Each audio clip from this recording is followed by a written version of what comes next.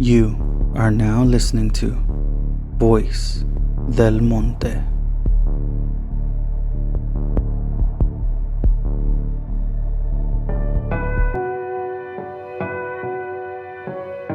Warning.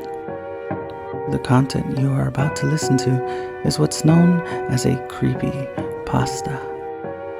These stories are known to get extremely graphic and sometimes explicit.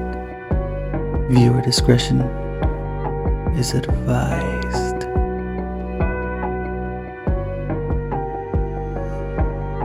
Let me start by saying that Peter Terry was addicted to heroin. We were friends in college and continue to be after I graduated. Notice that I said I. He dropped out after 2 years of barely cutting it. After I moved out of the dorms and into a small apartment, I didn't see Peter as much. We would talk online every now and then. AIM was king in pre-Facebook years. There was a period where he wasn't online for about 5 weeks straight. I wasn't worried.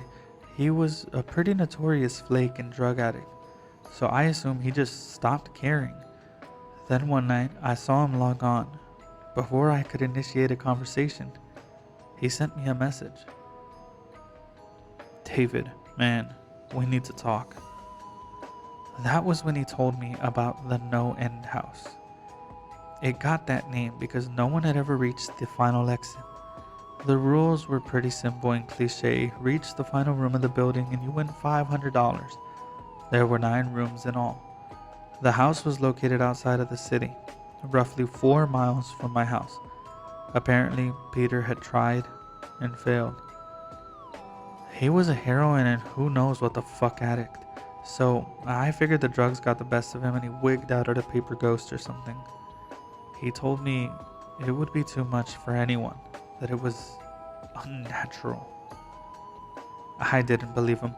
I told him I would check it out the next night, and no matter how hard he tried to convince me otherwise, $500 sounded too good to be true. I had to go. I set out the following night.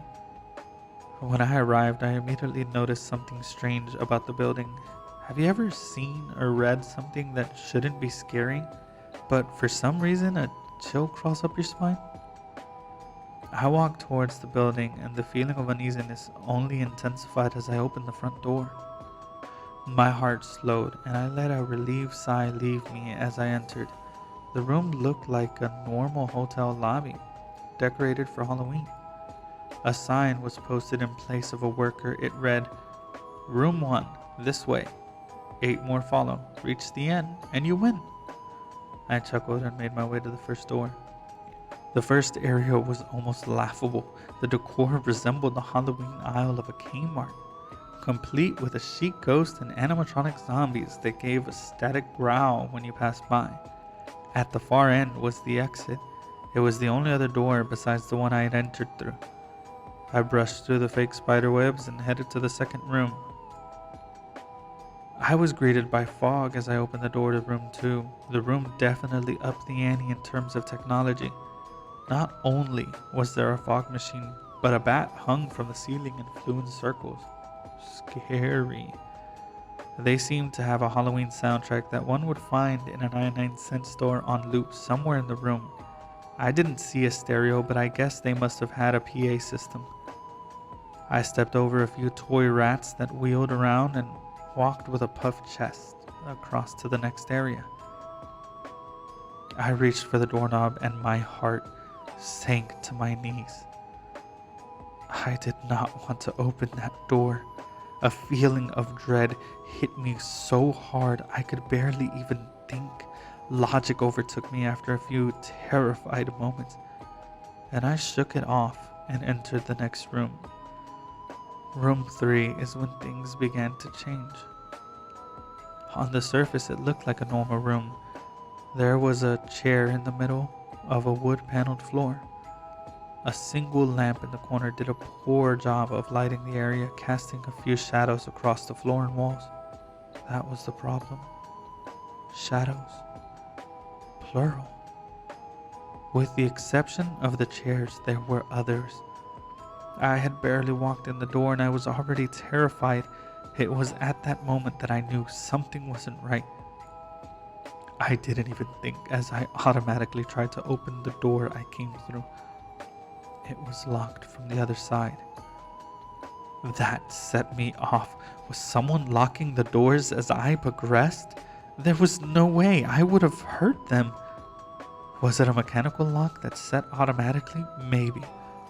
But I was too scared to really think. I turned back to the room and the shadows were gone. The chair's shadow remained, but the others were gone. I slowly began to walk. I used to hallucinate when I was a kid, so I wrote off the shadows as a figment of my imagination. I began to feel better as I made it to the halfway point of the room. I looked down as I took my steps, and that's when I saw it. Or didn't see it. My shadow wasn't there. I didn't have time to scream. I ran as fast as I could to the other door and flung myself without thinking into the room beyond. The fourth room was possibly the most disturbing. As I closed the door, all light seemed to be sucked out and put back into the previous room. I stood there, surrounded by darkness, not able to move. I'm not afraid of the dark and never have been, but I was absolutely terrified. All sight had left me. I held my hand in front of my face, and if I didn't know what I was doing, I would never have been able to tell. Darkness doesn't describe it. I couldn't hear anything. It was dead silence. When you're in a soundproof room, you can still hear yourself breathing. You can hear yourself being alive. I couldn't. I began to stumble forward after a few moments, my rapidly beating heart the only thing I could feel. There was no door in sight. I wasn't even sure there was one this time. The silence was then broken by a low hum. I felt something behind me. I spun around wildly but couldn't even see my nose. I knew it was there though. Regardless of how dark it was, I knew something was there. The hum grew louder, closer. It seemed to surround me, but I knew whatever was causing the sound was right in front of me, inching closer. I took a step back. I had never felt that kind of fear. I couldn't really describe true fear. I wasn't even scared I was going to die. I was scared of what the alternative was. I was afraid of what this thing had in store for me. Then the lights flashed for a second, and I saw it. Nothing. I saw nothing, and I know I saw nothing there. The room was again plunged into darkness, and the hum became a wild screech. I screamed in protest. I couldn't hear this goddamn sound for another minute. I ran backwards, away from the noise, and fumbled for the door handle. I turned and fell into room 5. Before I describe room 5, you have to understand something. I am not a drug addict. I have had no history of drug abuse or any sort of psychosis, short of the childhood hallucinations I mentioned earlier, and those were only when I was really tired or just waking up. I entered the NoEnd house with a clear head. After falling in from the previous room, my view of room 5 was from my back, looking up at the ceiling. What I saw didn't scare me, it simply surprised me. Trees had grown into the room and towered above my head. The ceiling in this room were taller than the others, which made me think I was in the center of the house. I got up off the floor, dusted myself off, and took a look around. It was definitely the biggest room of them all. I couldn't even see the door from where I was. Various brush and trees must have blocked my line of sight with the exit. Up to this point, I figured the rooms were going to get scarier, but this was a paradise compared to the last room. I also assumed whatever was in room 4 stayed back there. I was incredibly wrong. As I made my way deeper into the room, I began to hear what one would hear if they were in a forest. Chirping bugs and the occasional flap of birds seemed to be my only company in this room. That was the thing that bothered me the most. I heard the bugs and other animals, but I didn't see any of them. I began to wonder how big this house was. From the outside, when I first walked up to it, it looked like a regular house. It was definitely on the bigger side, but this was almost a full forest in here. The canopy covered my view of the ceiling, but I assumed it was still there, however high it was. I couldn't see any walls either. The only way I knew I was still inside was that the floor matched the other rooms, the standard dark wood paneling. I kept walking, hoping that the next tree I passed would reveal the door. After a few moments of walking, I felt a mosquito fly onto my arm. I shook it off and kept going. A second later, I felt 10 more land on my skin at different places. I felt them crawl up and down my arms and legs, and a few made their way across my face, and I flailed wildly to get them all off, but they just kept crawling. I looked down and let out a muffled scream, more of a whimper to be honest. I didn't see a single bug. Not one bug was on me, but I could feel them crawl. I heard them fly by my face and sting my skin, but I couldn't see a single one. I dropped to the ground and began to roll wildly. I was desperate. I hated bugs, especially ones I couldn't see or touch, but these bugs could touch me, and they were everywhere.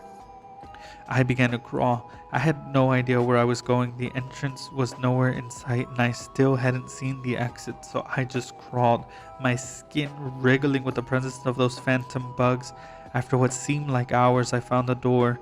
I grabbed the nearest tree and I propped myself up, mindlessly slapping my arms and legs to no avail. I tried to run, but I couldn't. My body was exhausted from crawling and dealing with whatever it was that was on me. I took a few shaky steps to the door, grabbing each tree on the way for support. It was only a few feet away when I heard it, the low hum from before. It was coming from the next room, and it was deeper. I could almost feel it inside my body, like when you stand next to an amp at a concert. The feeling of the bugs on me seemed to lessen as the hum grew louder. As I placed my hand on the doorknob, the bugs were completely gone, but I couldn't bring myself to turn the knob. I knew that if I let go, the bugs would return, and there was no way I would make it back to room 4. I just stood there, my head pressed against the door marked 6, and my hand shakily grasping the knob. The hum was so loud I couldn't even hear myself pretend to think. There was nothing I could do but move on. Room 6 was next, and room 6 was hell. I closed the door behind me, my eyes held shut and my ears ringing. The hum was surrounding me as the door clicked into place. The hum was gone. I opened my eyes in my surprise, and the door I had shut was gone. It was just a wall now. I looked around in shock. The room was identical to room 3, the same chair and lamp, but with the correct amount of shadows this time. The only real difference was that there was no exit door, and the one I came in through was gone. As I said before, I had no previous issues in terms of mental instability, but at that moment, I fell into what I now know was insanity. I didn't scream. I didn't make a sound. At first, I scratched softly. The wall was tough, but I knew the door was there somewhere. I just knew it was. I scratched at where the doorknob was. I clawed at the wall frantically with both hands, my nails being filed down to the skin against the wood. I fell silently to my knees. The only sound in the room was the incessant scratching against the wall. I knew it was there. The door was there. I knew it was just there. I knew if I could just get past this wall. Are you alright? I jumped off the ground and spun in one motion. I leaned against the wall behind me and saw what it was that spoke to me. To this day, I regret ever turning around. There was a little girl. She was wearing a soft white dress that went down to her ankles. She had long blonde hair to the middle of her back and white skin and blue eyes. She was the most frightening thing I had ever seen. And I know that nothing in my life will ever be as unnerving as what I saw in her. While looking at her, I saw something else. Where she stood, I saw what looked like a man's body, only larger than normal and covered in hair. He was naked from head to toe, but his head was not human and his toes were hooves. It wasn't the devil, but at that moment it might as well have been. The form had a head of a ram and the snout of a wolf. It was horrifying, and it was synonymous with the little girl in front of me. They were the same form. I can't really describe it, but I saw them at the same time. They shared the same spot in that room, but it was like looking at two separate dimensions. When I saw the girl, I saw the form, and when I saw the form, I saw the girl. I couldn't speak. I could barely even see. My mind was revolting against what it was attempting to process. I had been scared before in my life and had never been more scared than when I was trapped in the fourth room. But that was before room 6. I just stood there, staring at whatever it was that spoke to me. There was no exit. I was trapped here with it. And then it spoke again. David, you should have listened. And when it spoke, I heard the words of the little girl, but the other form spoke through my mind in a voice I won't attempt to describe. There was no other sound. The voice just kept repeating that sentence over and over in my mind, and I agreed. I didn't know what to do. I was slipping into madness, yet I couldn't take my eyes off of what was in front of me. I dropped to the floor. I thought I had passed out, but the room wouldn't let me. I just wanted it to end. I was on my side, my eyes wide open, and the form staring down at me. Scurrying across the floor in front of me was one of the battery-powered rats from the second room. The house was toying with me, but for some reason, seeing that rat pulled my mind back from whatever depths it was headed, and I looked around the room. I was getting out of there. I was determined to get out of that house and live and never think of this place again. I knew this room was hell, and I wasn't ready to take up a residency. At first, it was just my eyes that moved. I searched the walls for any kind of opening. The room wasn't that big, so it didn't take long to soak up the entire layout. The demon still taunted me, the voice growing louder as the form stayed rooted where it stood. I placed my hand on the floor and lifted myself up to all fours and turned to scan the wall behind me. Then I saw something I couldn't believe. The form was now right at my back, whispering into my mind how I shouldn't have come. I felt it breathe on the back of my neck, but I refused to turn around.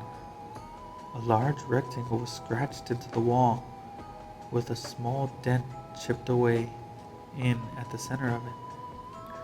Right in front of my eyes, I saw the large 7 I had mindlessly etched into the wall. I knew what it was. Room 7 was just beyond that wall, where room 5 was moments ago. I don't know how I had done it. Maybe it was just my state of mind at the time, but I had created the door I knew I had. In my madness, I had scratched into the wall what I needed most: an exit to the next room. Room 7 was close. I knew the demon was right behind me, but for some reason it couldn't touch me. I closed my eyes and placed both hands on the large 7 in front of me, and I pushed. I pushed as hard as I could. The demon was now screaming in my ear. It told me I was never leaving. It told me this was the end, but I wasn't going to die. I was going to live there in room 6 with it. I wasn't. I pushed and screamed at the top of my lungs. I knew I was going to push through the wall eventually. I clenched my eyes shut and screamed, and the demon was gone. I was left in silence. I turned around slowly and was greeted by the room as it was when I entered. Just a chair and a lamp. I couldn't believe it, but I didn't have time to. Well, I turned back to the 7 and jumped back slightly. What I saw was a door. It wasn't the one I had scratched in, but a regular door with a large 7 on it. My whole body was shaking. It took me a while to turn the knob. I just stood there for a while, staring at the door. I couldn't stay in room 6. I couldn't. But if this was only room 6, I couldn't imagine what 7 had in store. I must have stood there for an hour just staring at the 7. Finally, with a deep breath, I twisted the knob and opened the door to room 7. I stumbled through the door, mentally exhausted and physically weak. The door behind me closed and I realized where I was. I was outside. Not outside like room 5, but actually outside. My eyes stung. I wanted to cry. I fell to my knees and I tried, but I couldn't. I was finally out of that hell. I didn't even care about the prize that was promised. I turned and saw that that door I just went through was the entrance. I walked to my car and drove home thinking of how nice a shower sounded. As I pulled up to my house, I felt uneasy. The joy of leaving NoEnd house had faded and dread was slowly building in my stomach. I shook it off as residual from the house and made my way up to the front door. I entered and immediately went up to my room. There on my bed was my cat, Baskerville. He was the first living thing I had seen all night, and I reached to pet him. He hissed and swiped at my hand. I recoiled in shock, as he had never acted like that. I thought, whatever, he's an old cat. I jumped in the shower and got ready for what I was expecting to be a sleepless night. After my shower, I went to the kitchen to make something to eat. I descended the stairs and turned into the family room. What I saw would be forever burned into my mind. However, my parents were lying on the ground, naked and covered in blood. They were mutilated to near unidentifiable states. Their limbs were removed and placed next to their bodies, and their heads were placed on their chests, facing me. The most unsettling part was their expressions. They were smiling, as though they were happy to see me. I vomited and sobbed there in the family room. I didn't know what had happened. They didn't even live with me at the time. I was a mess. Then I saw it. A door that was never there before. A door with a large 8 scrawled on it in blood. I was still in the house. I was standing in my family room, but I was in room 7. The faces of my parents smiled wider as I realized this. They weren't my parents. They couldn't be, but they looked exactly like them. The door marked 8 was across the room, behind the mutilated bodies in front of me. I knew I had to move on, but at that moment I gave up. The smiling faces tore into my mind. They grounded me to where I stood. I vomited again and nearly collapsed. Then the hum returned. It was louder than ever and it filled the house and shook the walls. The hum compelled me to walk. I began to walk slowly, making my way closer to the door and the bodies. I could barely stand, let alone walk, and The closer I got to my parents, the closer I came to suicide. The walls were now shaking so hard it seemed as though they were going to crumble, but still the faces smiled at me as I inched closer. Their eyes followed me. I was now between the two bodies, a few feet away from the door. The disembodied hands clawed their way across the carpet towards me, all while the faces continued to stare. New terror washed over me. I walked faster. I didn't want to hear them speak. I didn't want to hear the voices to match those of my parents. They began to open their mouths, and the hands were inches from my feet. In a dash of desperation, I lunged towards the door, threw it open, and slammed it behind me. Room 8.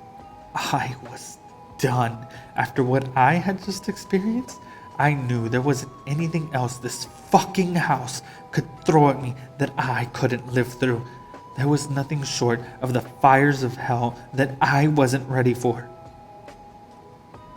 Unfortunately, I underestimated the abilities of NoEnd House. Unfortunately, things got more disturbing, more terrifying, and more unspeakable in room 8. I still have trouble believing what I saw in room 8. Again, the room was a carbon copy of room 3 and 6. But sitting in the usually empty chair was a man. After a few seconds of disbelief, my mind finally accepted the fact that the man sitting in the chair was me. Not someone who looked like me. It was David Williams. I walked closer. I had to get a better look, even though I was sure of it. He looked up at me, and I noticed tears in his eyes. Please, please don't do it. Please, don't hurt me. What? I asked. Who are you? I'm not going to hurt you. Yes, you are. He was sobbing now. You're going to hurt me, and I don't want you to. He sat in the chair with his legs up and began rocking back and forth. It was actually pretty pathetic looking, especially since he was me, identical in every way. Listen, who are you? I was only a few feet from my doppelganger. It was the weirdest experience yet. Standing there talking to myself, I wasn't scared, but I would be soon. Why are you? You're going to hurt me. You're going to hurt me. If you want to leave, you're going to hurt me. Why are you saying this? Just calm down, all right? Let's try to figure this. And then I saw it. The David sitting down was wearing the same clothes as me, except for a small red patch on his shirt embroidered with the number 9. You're going to hurt me. You're going to hurt me. Don't, please. You're going to hurt me. My eyes didn't leave that small number on his chest. I knew exactly what it was. The first few doors were plain and simple, but after a while they got more ambiguous. 7 was scratched into the wall, but by my own hands. 8 was marked in blood above the bodies of my parents, but 9.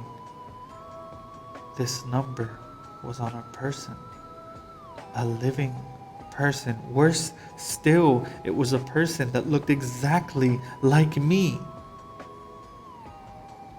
David?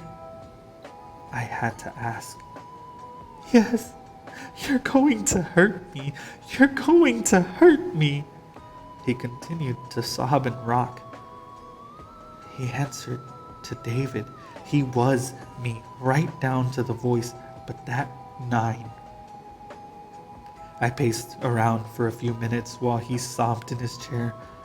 The room had no door, and similarly to room 6, the door I came through was gone. For some reason, I assumed scratching would get me nowhere this time. I studied the walls and the floor around the chair, sticking my head underneath and seeing if anything was below. Unfortunately, there was. Below the chair was a knife, attached with a tag that said, "To David, from management." The feeling in my stomach as I read that tag was something sinister. I wanted to throw up, and the last thing I wanted to do was remove the knife from under the chair. The other David was still sobbing uncontrollably. My mind was spinning into an attic of unanswerable questions. Who put this here, and how did they get my name? Not to mention the fact that I was knelt on the cold wood floor as I also sat in that chair, sobbing in protest of being hurt by myself. It was all too much to process. The house and the management had been playing with me this whole time. My thoughts, for some reason, turned to Peter, and whether or not he got this far. If he did, if he met a Peter Terry sobbing in this very chair, rocking back and forth. I shook those thoughts out of my head. They didn't matter. I took the knife from under the chair, and immediately the other David went silent. "David," he said in my voice, "what do you think you're going to do?" I lifted myself from the ground and clenched the knife in my hand. "I'm going to get out of here." David was still sitting in the chair, though. He was very calm now. He looked up at me with a slight grin. I couldn't tell if he was going to laugh or strangle me. Slowly, he got up from the chair and stood facing me. It was uncanny. His height and even the way he stood matched mine. I felt the rubber hilt of the knife in my hand and gripped it tighter. I didn't know what I was planning to do with it, but I had a feeling I was going to need it. "Now," his voice was slightly deeper than my own, "I'm going to hurt you. I'm going to hurt you, and I'm going to keep you here." I didn't respond. I just lunged and tackled him to the ground. I had mounted him and looked down, knife poised and ready. He looked up at me, terrified. It was like looking in a mirror. Then the hum returned, low and distant, though I still felt it deep in my body. David looked up at me as I looked down at myself. The hum was getting louder, and I felt something inside me snap. With one motion, I slammed the knife into the patch on his chest and ripped down. Blackness fell on the room, and I was falling. The darkness around me was like nothing I had experienced up to that point. Room 4 was dark, but it didn't come close to what was completely engulfing me. I wasn't even sure if I was falling after a while. I felt weightless, covered in dark. Then a deep sadness came over me. I felt lost, depressed, and suicidal. The sight of my parents entered my mind. I knew it wasn't real, but I had seen it. And the mind has trouble differentiating between what is real and what isn't. The sadness only deepened.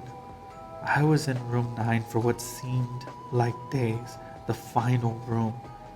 And that's exactly what it was. The end. NoEnd house had an end, and I had reached it. At that moment, I gave up. I knew I would be in that in-between state forever, accompanied by nothing but darkness. Not even the hum was there to keep me sane. I had lost all senses. I couldn't feel myself. I couldn't hear anything. Sight was completely useless here. I searched for a taste in my mouth and found nothing. I felt disembodied and completely lost. I knew where I was. This was hell. Room 9 was hell. Then it happened. A light.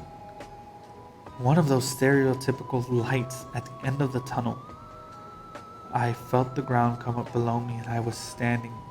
After a moment or two of gathering my thoughts and senses, I slowly walked toward that light. As I approached the light, it took form. It was a vertical slit down the side of an unmarked door. I slowly walked through the door and found myself back where I had started, the lobby of NoEnd House. It was exactly how I left it, still empty, still decorated with childish Halloween decorations. After everything that had happened that night, I was still wary of where I was. After a few moments of normalcy, I looked around the place, trying to find anything different. On the desk was a plain white envelope with my name handwritten on it. Immensely curious, yet still cautious, I mustered up the courage to open the envelope. Inside was a letter, again, handwritten. David Williams, congratulations, you have made it to the end of NoEnd House. Please accept this prize as a token of great achievement. Yours forever. Management. With the letter were 5 $100 bills. I couldn't stop laughing. I laughed for what seemed like hours. I laughed as I walked out to my car, and I laughed as I drove home. I laughed as I pulled into my driveway. I laughed as I opened my front door to my house, and I laughed as I saw the small tent etched into the wood. This story was written by Brian Russell.